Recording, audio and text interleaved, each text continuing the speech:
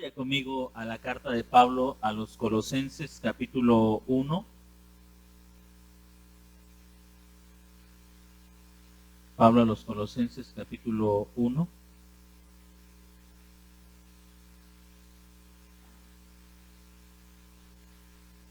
Versículo 15 al 23. Colosenses, capítulo 1, versículos 15 al 23. Bueno, el apóstol Pablo escribe estas palabras a la iglesia de Colosas. Hablando acerca de Jesús, el Hijo de Dios, escribe lo siguiente: Él es la imagen del Dios invisible, el primogénito de toda creación, porque en Él fueron creadas todas las cosas, las que hay en los cielos y las que hay en la tierra, visibles e invisibles, sean tronos, sean dominios, sean principados, sean potestades. Todo fue creado por medio de Él y para Él.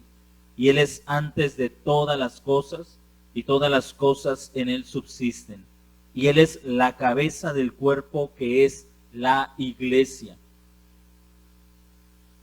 El que es el principio, el primogénito de entre los muertos, para que en todo tenga la preeminencia, por cuanto agradó al Padre que en Él habitase toda plenitud, y por medio de Él reconciliar consigo todas las cosas, así las que están en la tierra como las que están en los cielos, haciendo la paz mediante la sangre de su cruz.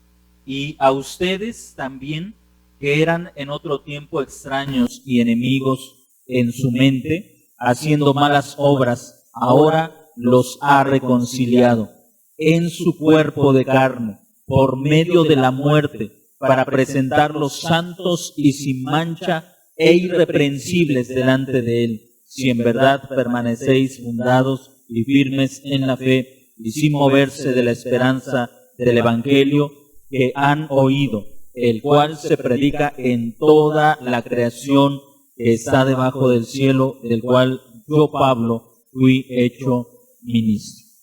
Bueno, continuamos con la carta de Pablo a los Colosenses.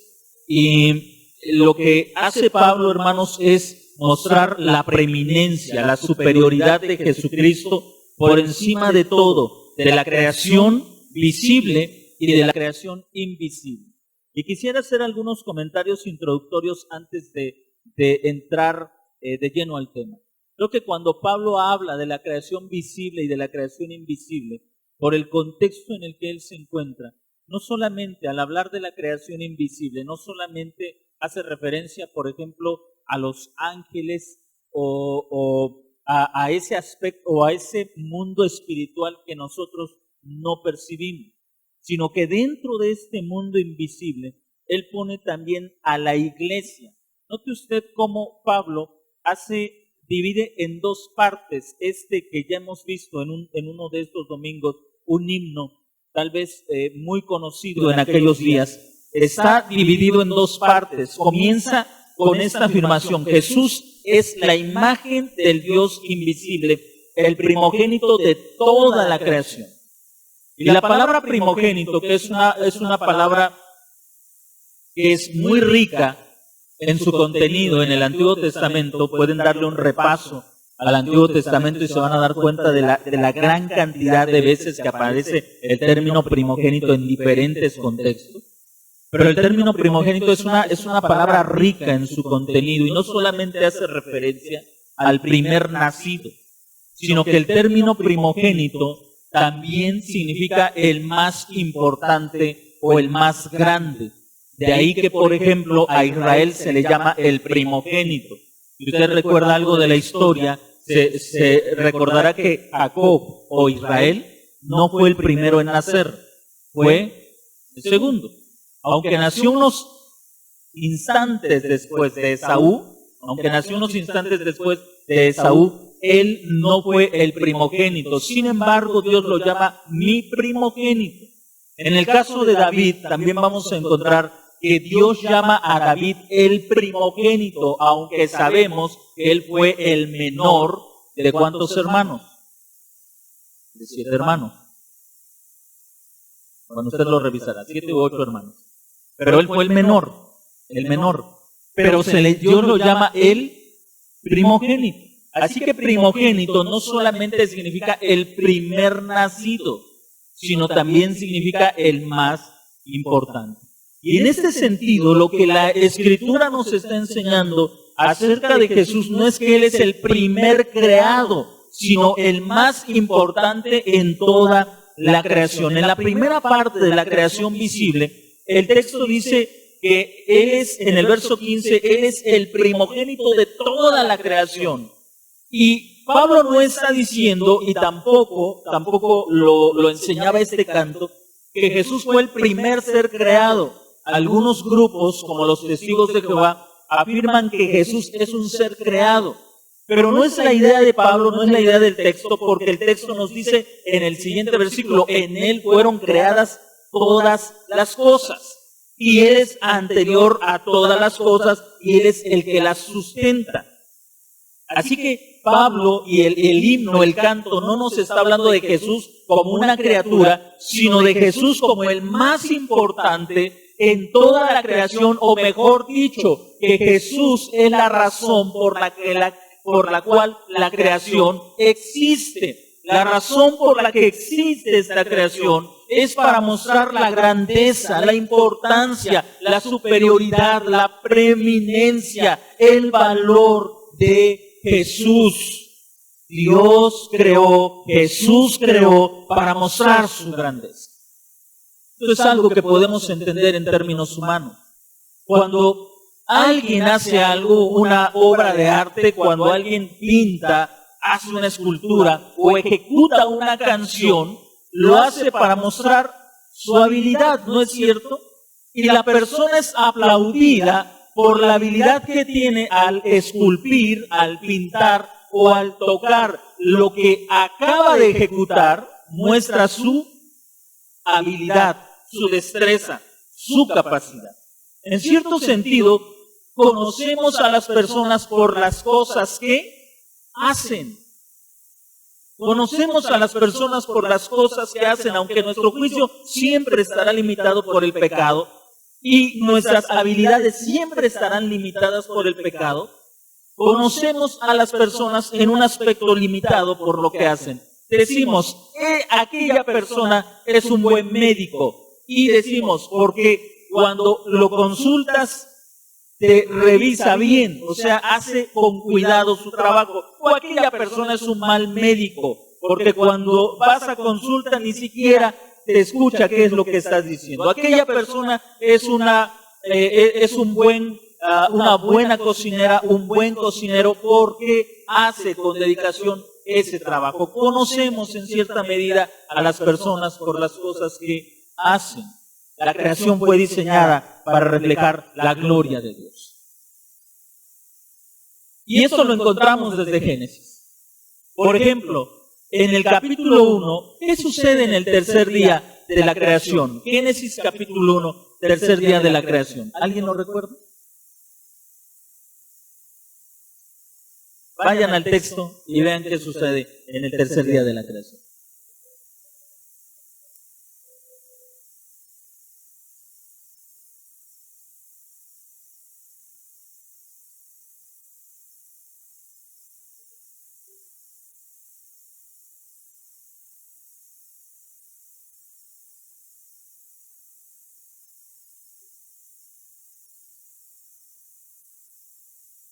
¿Qué sucede en el tercer día? Comienza a haber vida. ¿No es esto el reflejo de la persona de Jesucristo?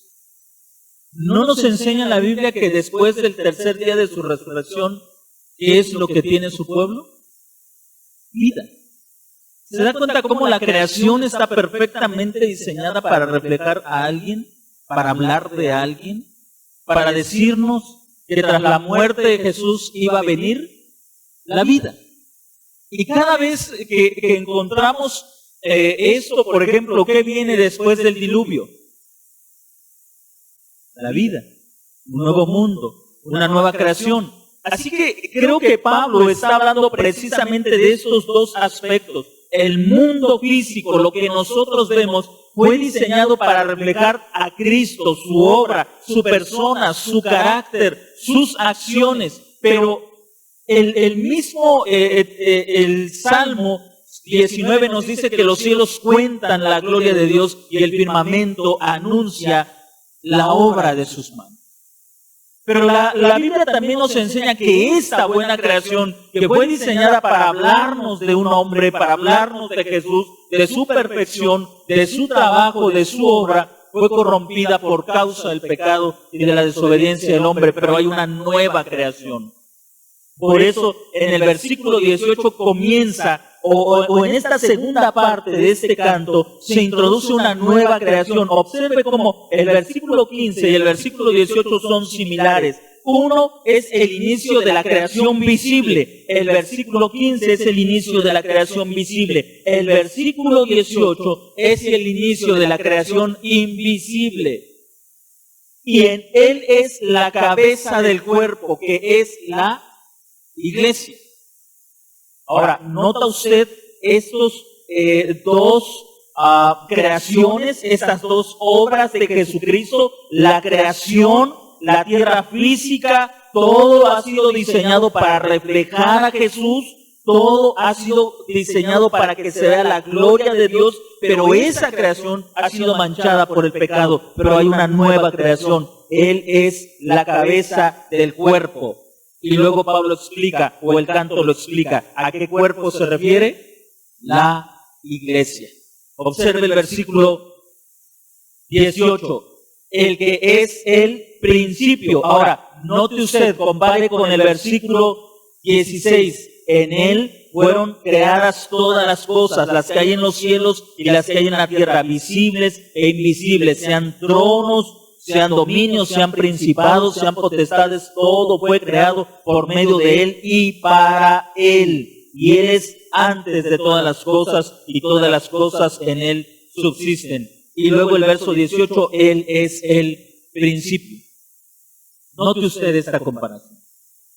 Él es el principio de la creación visible y él es el principio de la creación invisible. Aunque el pueblo de Dios ya existía en el Antiguo Testamento, tenemos que decir o podemos señalar que la iglesia comienza a existir estrictamente después de la muerte de Jesucristo. Aunque ya hay iglesia en el Antiguo Testamento, pero no se compara con la iglesia del Nuevo Testamento. Porque la iglesia del Antiguo Pacto era apenas una sombra de nosotros, del pueblo que tendría que venir después de la muerte de Jesucristo. La iglesia del Antiguo Pacto es una figura de nosotros, es una imagen de nosotros. En ese sentido, Jesús es el principio de una nueva creación, de un nuevo pueblo, de una nueva comunidad, de una nueva nación, de nosotros. El principio. Ahora observe, Él es el primogénito de toda la creación, verso 15, y compárelo con el verso 18, el primogénito de entre los muertos. Él es la vida, porque dio origen a todo lo que nuestros ojos ven, pero también Él es la vida, porque Él venció a la muerte. La palabra entonces aquí, primogénito, hace referencia no solo al primero, sino al más importante, al que es eminente, al que es superior. Nosotros sabemos que Jesús no fue el primero en resucitar, ¿no es cierto? En el Antiguo Testamento tenemos testimonios de personas que resucitaron. En el Nuevo Testamento Jesús resucitó a algunos que estaban muertos.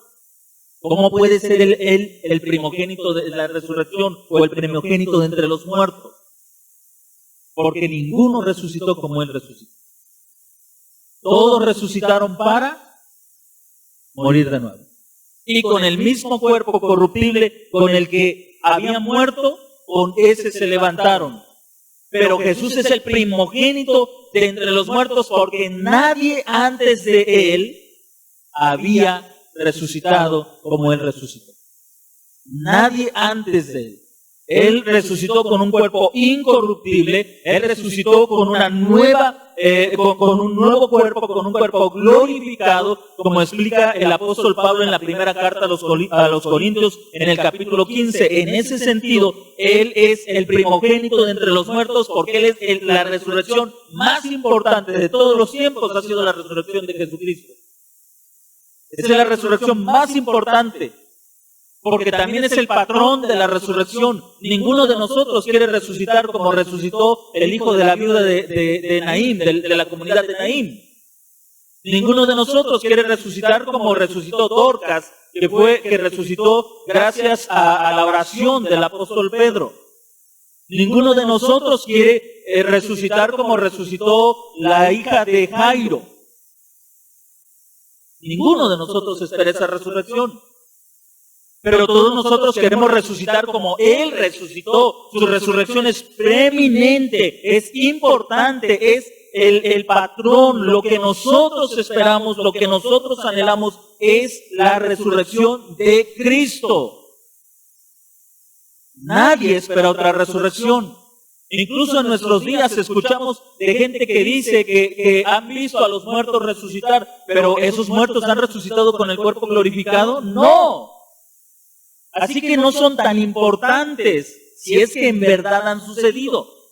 Si es que en verdad ha pasado que han habido personas en la actualidad que han resucitado, no son tan importantes, no son preeminentes, quizás serán importantes para sus familiares, para sus amigos, para la gente cercana que le duele ver morir al familiar, pero no para todo el mundo.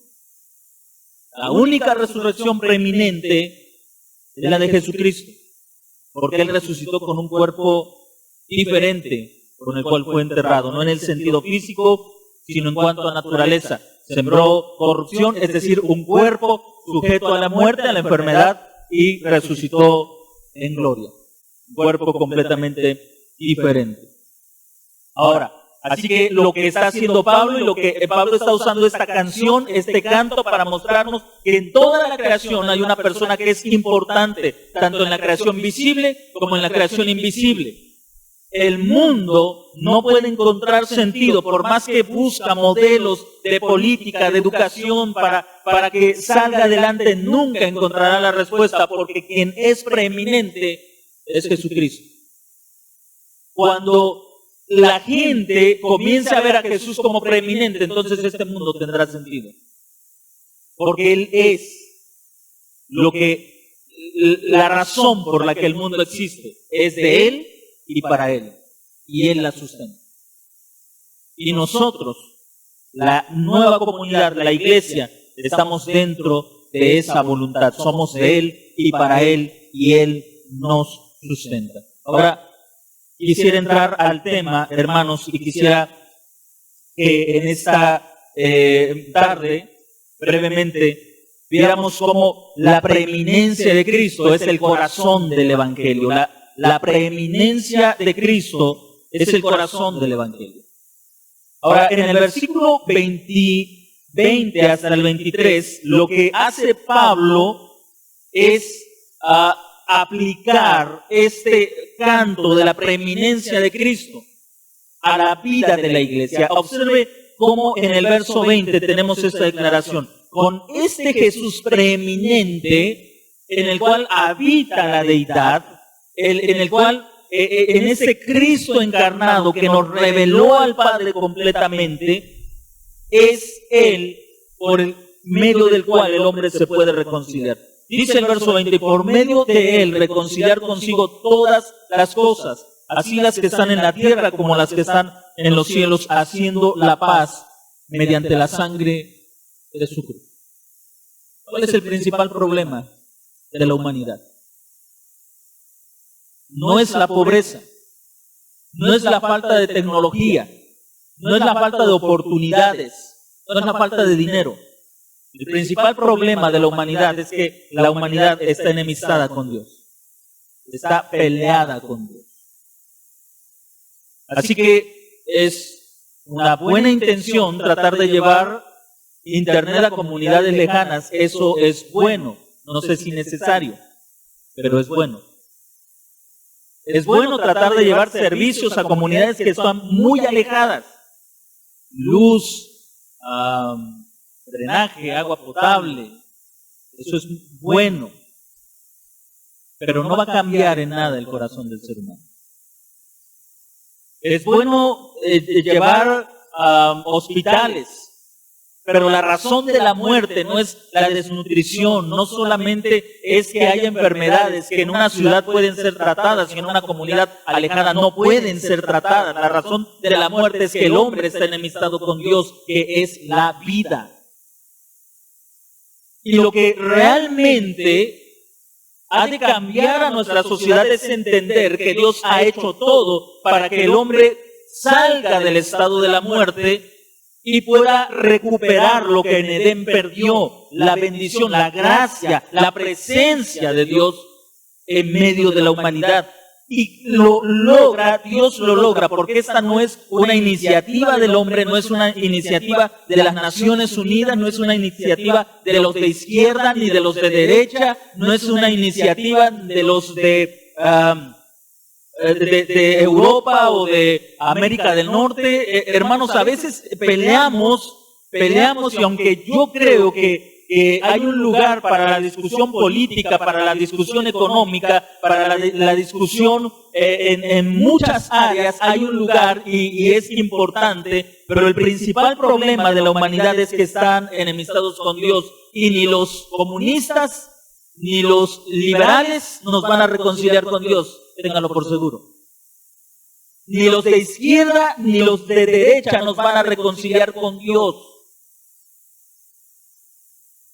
Ni una política imperialista o una dictadura nos va a reconciliar con Dios. El apóstol Pablo utiliza este canto y nos dice, por medio de Cristo, reconciliar consigo todas las cosas. Ahora, esto es sorprendente porque el Evangelio es la declaración de lo que Dios ha hecho en favor del hombre. ¿Quién entre nosotros, hermanos, cuando hemos sido ofendidos, busca la reconciliación? Todos nosotros, de forma natural, si a mí me ofenden, mi respuesta natural es: aquel que me ofendió, que dé el primer paso y venga para que yo me reconcilie con él. ¿Alguien de ustedes es diferente a mí?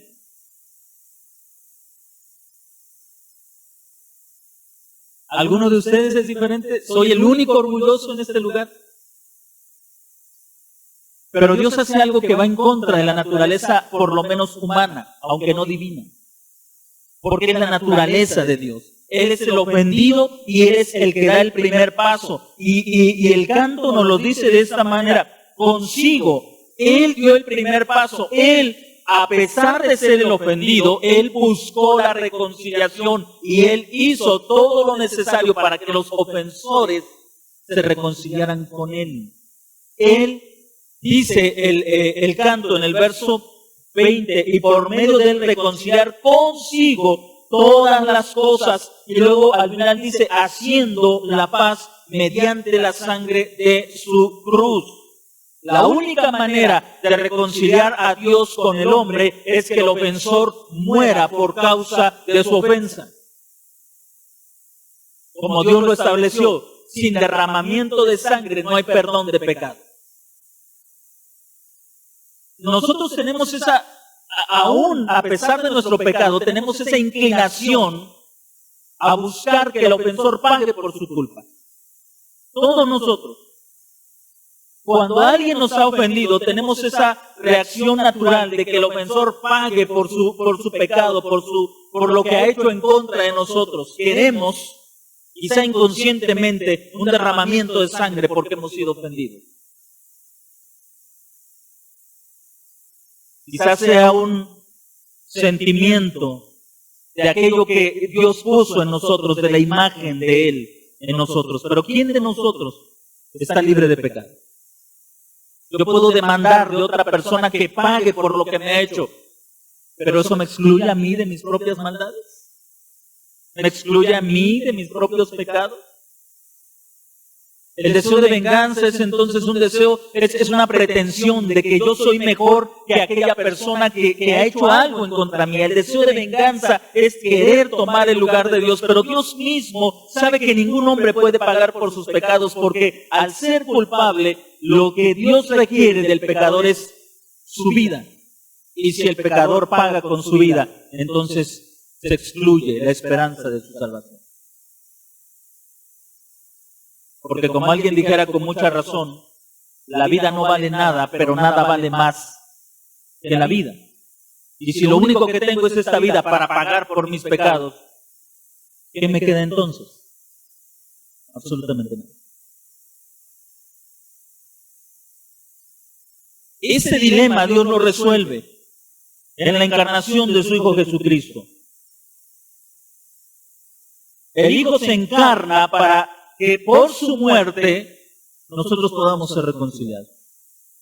El justo por los injustos, haciendo la paz, observe, mediante la sangre de su cruz. La única forma de reconciliar al hombre con Dios es que el hombre muriera, que el hombre derramara su sangre.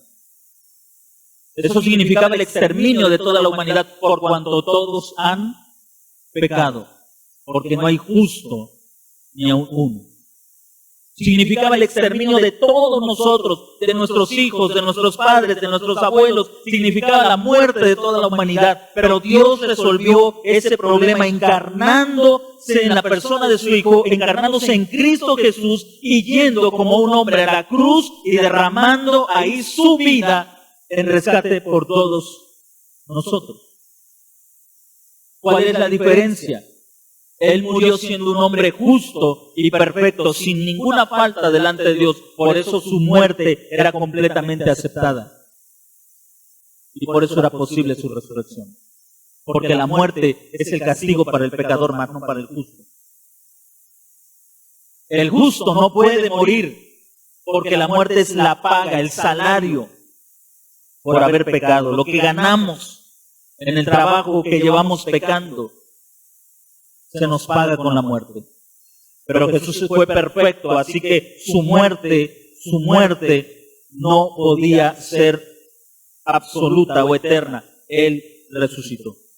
Y esa es la esencia del Evangelio. Ahora, observe lo que hace el apóstol Pablo. Cristo va a la cruz, muere en la cruz, derrama su vida como si fuera un pecador, su sangre cae como si fuera un pecador, un malvado, un injusto, y esa sangre que cae es la declaración de que el hombre es perdonado si cree en Jesucristo. Y mire de qué forma el apóstol Pablo aplica esta gran noticia a la vida de los creyentes en Colosas. Y a ustedes también, que en otro tiempo eran extraños y enemigos en su mente, haciendo malas obras, ahora han sido reconciliados. Dios no es enemigo del hombre, pero el hombre es enemigo de Dios.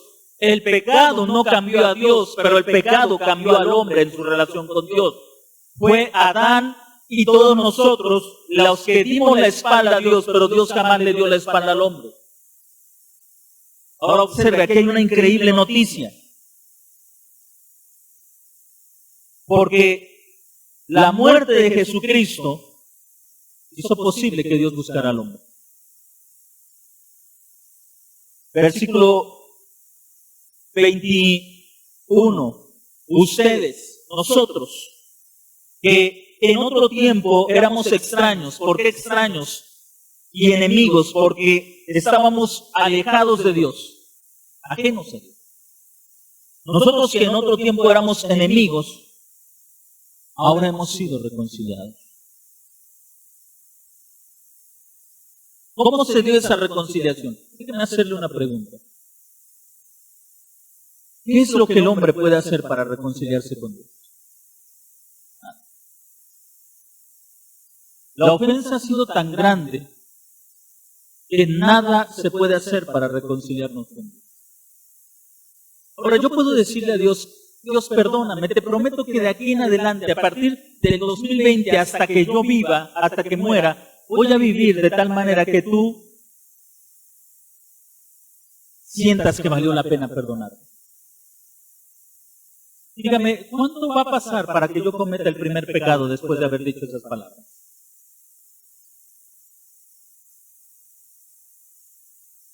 Me dice demasiado tiempo. Quizá menos.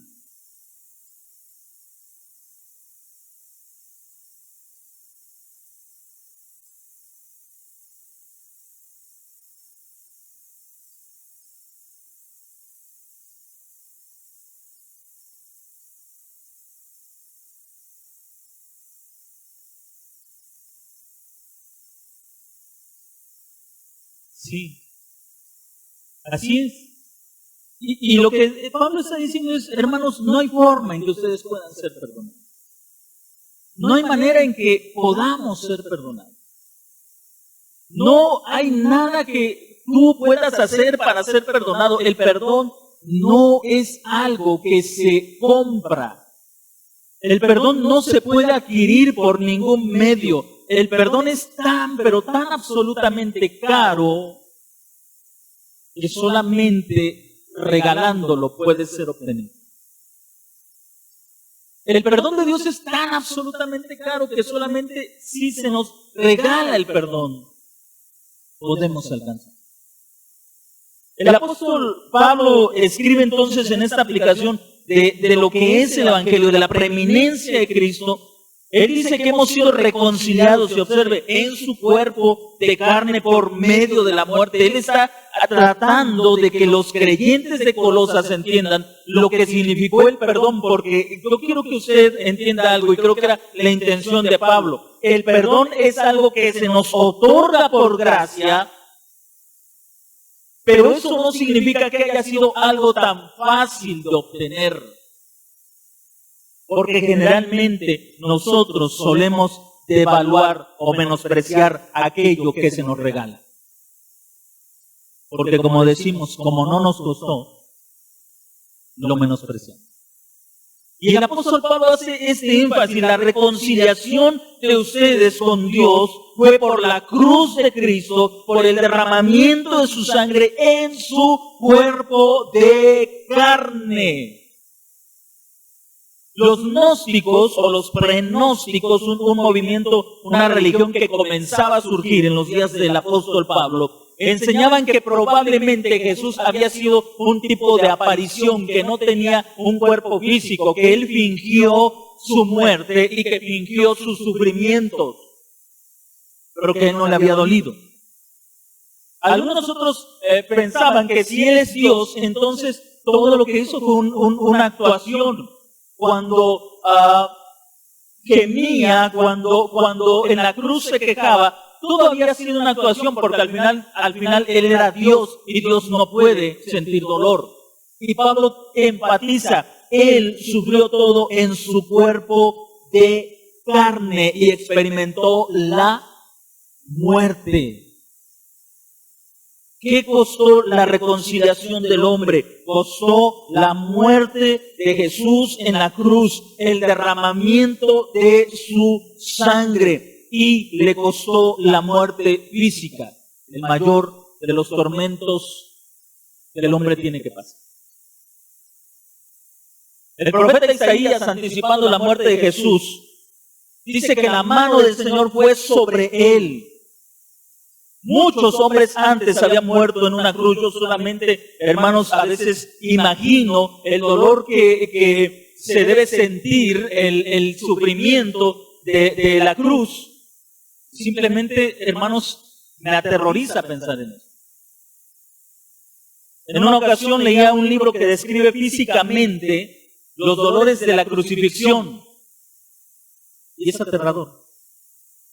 Leer cómo los clavos desbarataban los nervios en las manos, porque según lo explicaba aquel médico, no podían ser clavada la palma, porque entonces el peso del cuerpo desgarraría la palma, haciendo que el cuerpo cayera. Así que eran traspasados en esta parte, no recuerdo su nombre médico, técnico, ¿perdón? Carpo. Y atravesar nervios que recorren todo el cuerpo, haciendo que el cuerpo se retorciera por el intenso dolor al traspasar esos nervios. Pero Jesús no había sido el primero en experimentar la cruz. La muerte de cruz era una práctica vieja. Los fenicios, algunos historiadores dicen que los fenicios, muchos siglos antes de los romanos, ya la practicaban. Jesús no sería el primero ni tampoco el último en morir en la cruz.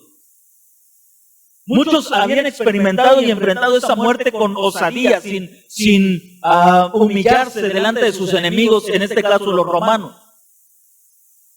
Pero lo que a Jesús le aterrorizaba no era la experiencia de la crucifixión, sino que sobre esa cruz toda la ira de Dios iba a caer sobre él.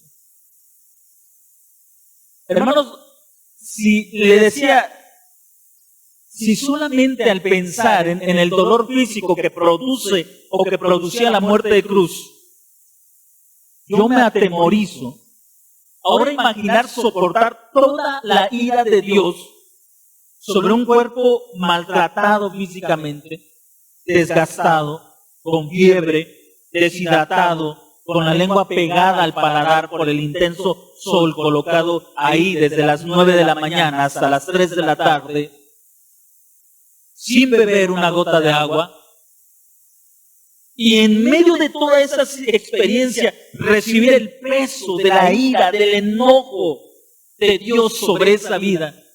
Eso es lo que realmente hizo a Jesús decir cuando estuvo en el Getsemaní: si fuera posible, pase de mí esta copa. No la cruz, sino tu ira. No los clavos de los romanos, sino tu mano sobre mí. No la espada del romano, sino tu puño cerrándose en contra mía. De manera que cuando Jesús emerge de esa oscuridad en la que ha sido sumergido, no por la mano de los romanos, no por la mano de este imperio, sino por la misma mano de Dios, Él grita desesperado: Dios mío, ¿por qué me dejaste? Ese grito, hermano, es desgarrador si tan solo intentamos entender el sufrimiento en el que fue sumergido, más allá de la fiebre, más allá de la deshidratación, más allá de la sed física, más allá del cuerpo con calambres, con sacudidas por todo lo que estaba pasando físicamente, sino más allá de eso vemos el puño de Dios golpeando al que en toda su vida había sido justo y sin mancha, y golpeándolo hasta la muerte. Podemos entender por qué Él suplica: ¿por qué me dejaste? ¿Por qué me desamparaste? Y Pablo está intentando que la iglesia entienda lo que significó la redención. Pablo está intentando que la iglesia entienda lo que significó salvarlos a ellos, reconciliarlos, sacarlos de ese estado de condenación, de muerte, donde ellos no podían dar absolutamente nada, pero tampoco podían despreciar todo lo que se pagó por aquello que ahora ellos tenían como una oferta de gracia, como una oferta de reconciliación. Ahora el versículo 22, hermano. El versículo 22 es una declaración del Evangelio que es muy difícil entender. ¿Por qué no reconcilió en su cuerpo de carne y tuvo que ir a la muerte? Escuche usted esto: para presentarnos santos y sin mancha e irreprensibles delante de Él. Dios, ¿cuántas cosas, hermanos, nosotros a veces tomamos como sustitutos para presentarnos nosotros santos?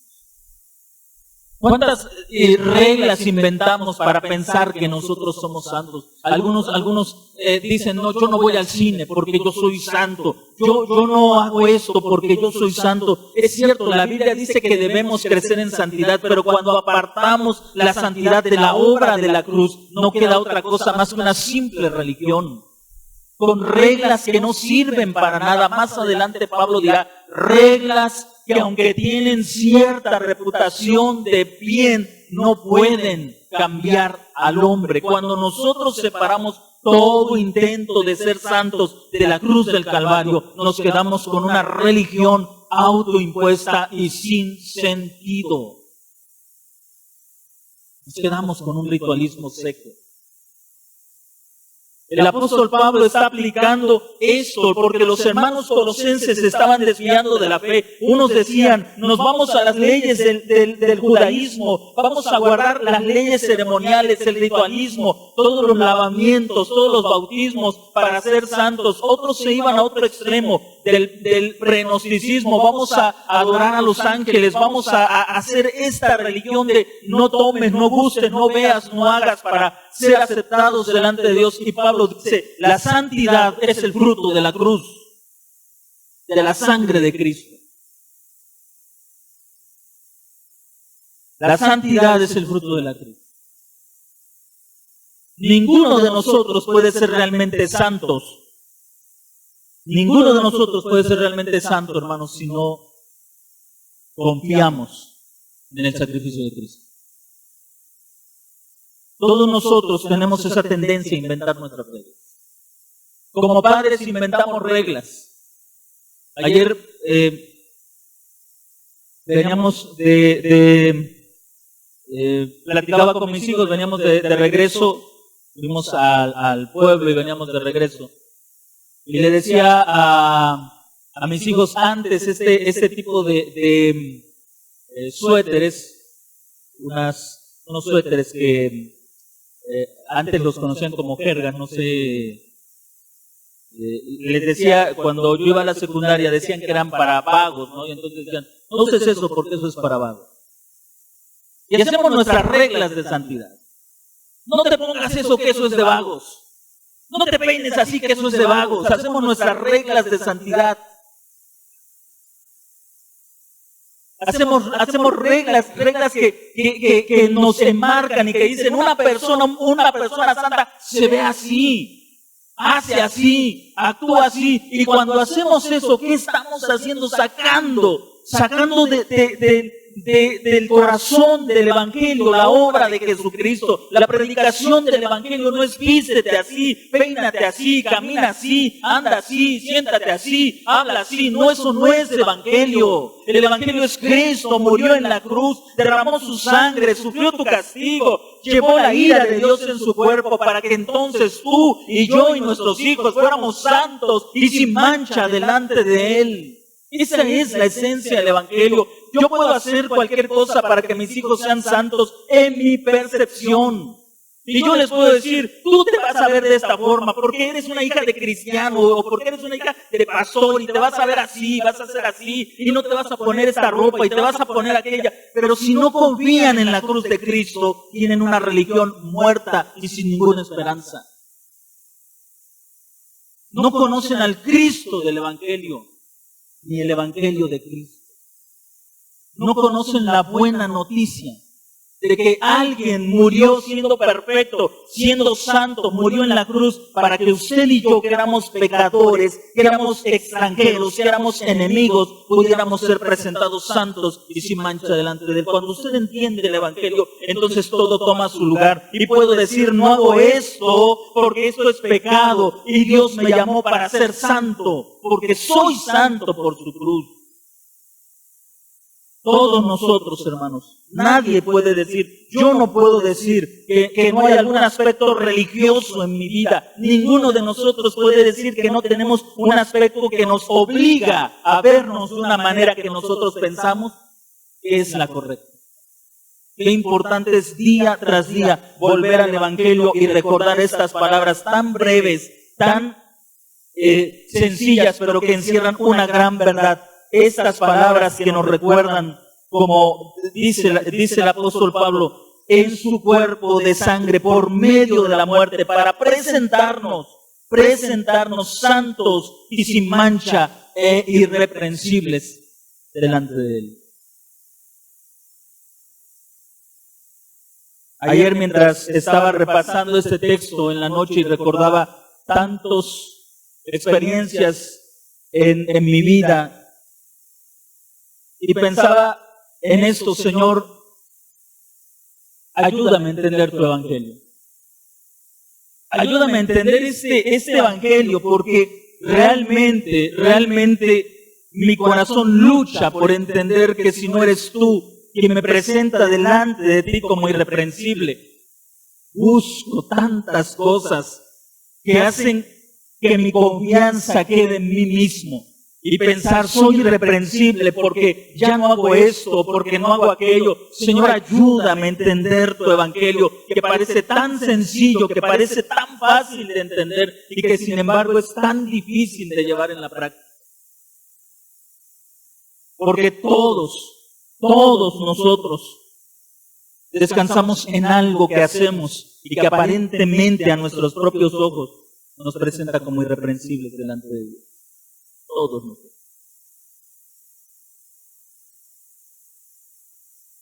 Un evangelio tan sencillo, pero tan difícil de vivir. Una noticia tan buena,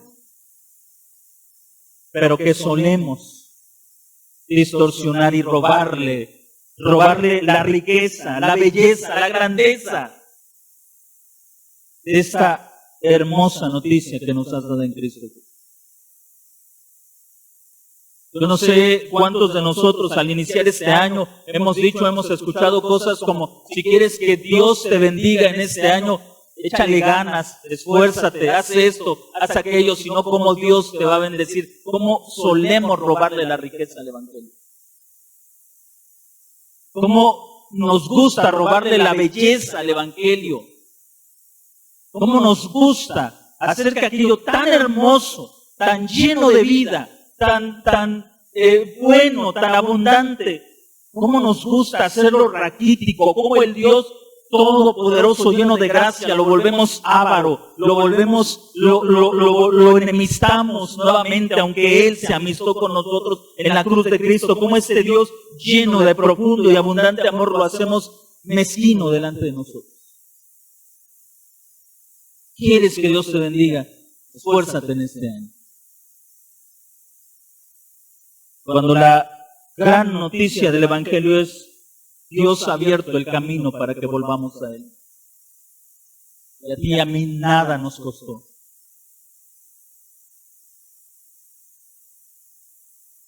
A veces sufrimos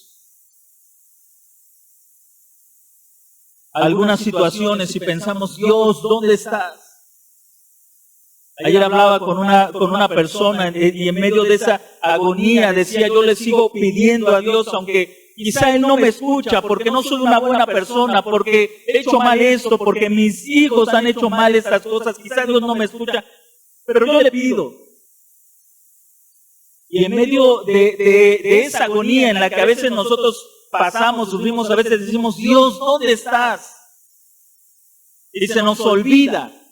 Pasamos por alto, preferimos olvidar que Dios quiso abandonar a su Hijo en la cruz para nunca abandonarnos a nosotros. Hermano, con todo respeto a los sufrimientos que cada uno de nosotros hemos pasado, y sin duda alguna, cuando nosotros sufrimos, ese sufrimiento es el más grande, que nadie conoce, ¿no es cierto? Cuando yo estoy sufriendo una fiebre, nadie ha sentido la fiebre como yo. Cuando alguien más le está sufriendo, tú no aguantas nada. ¿No es verdad? Y con todo respeto a los sufrimientos que cada uno de nosotros hemos vivido, hermanos, ninguno de nosotros conoce lo que Jesús sufrió en la cruz de Cristo para que el Padre se acercara a nosotros. Ninguno de nosotros lo conoce. Ninguno de nosotros sabe lo que es sufrir la ira de Dios sobre su propio cuerpo durante 3 horas. Nadie de nosotros lo sabe.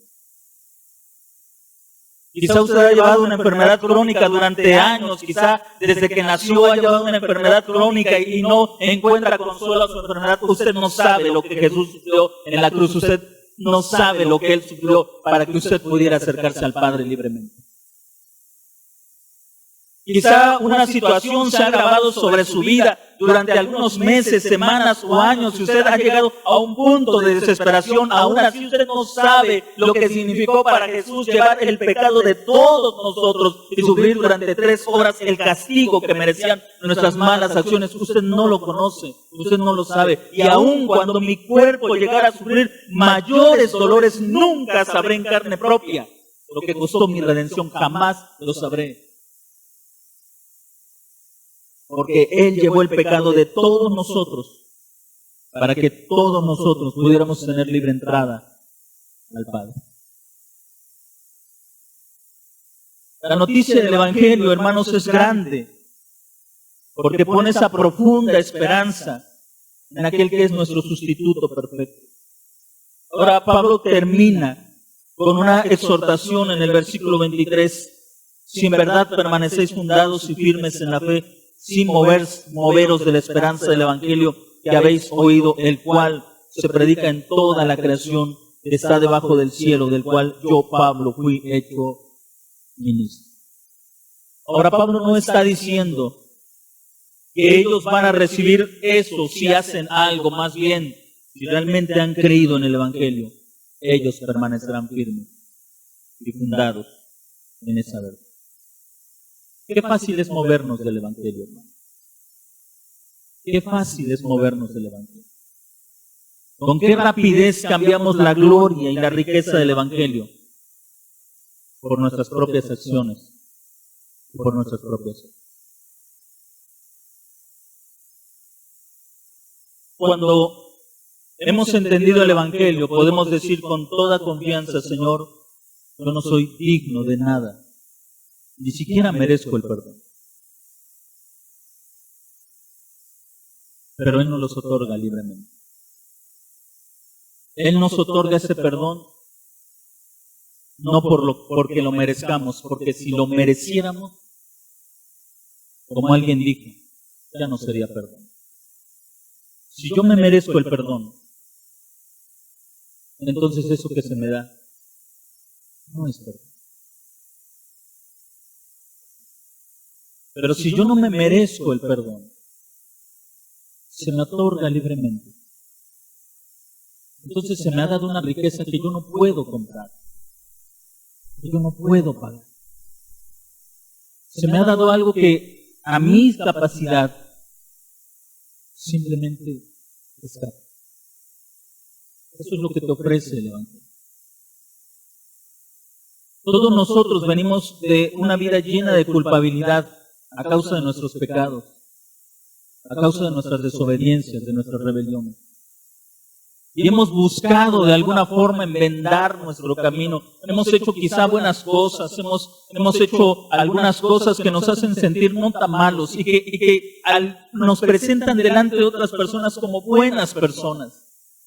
Pero delante de Dios estamos completamente desnudos y sin forma de pagar nuestra deuda.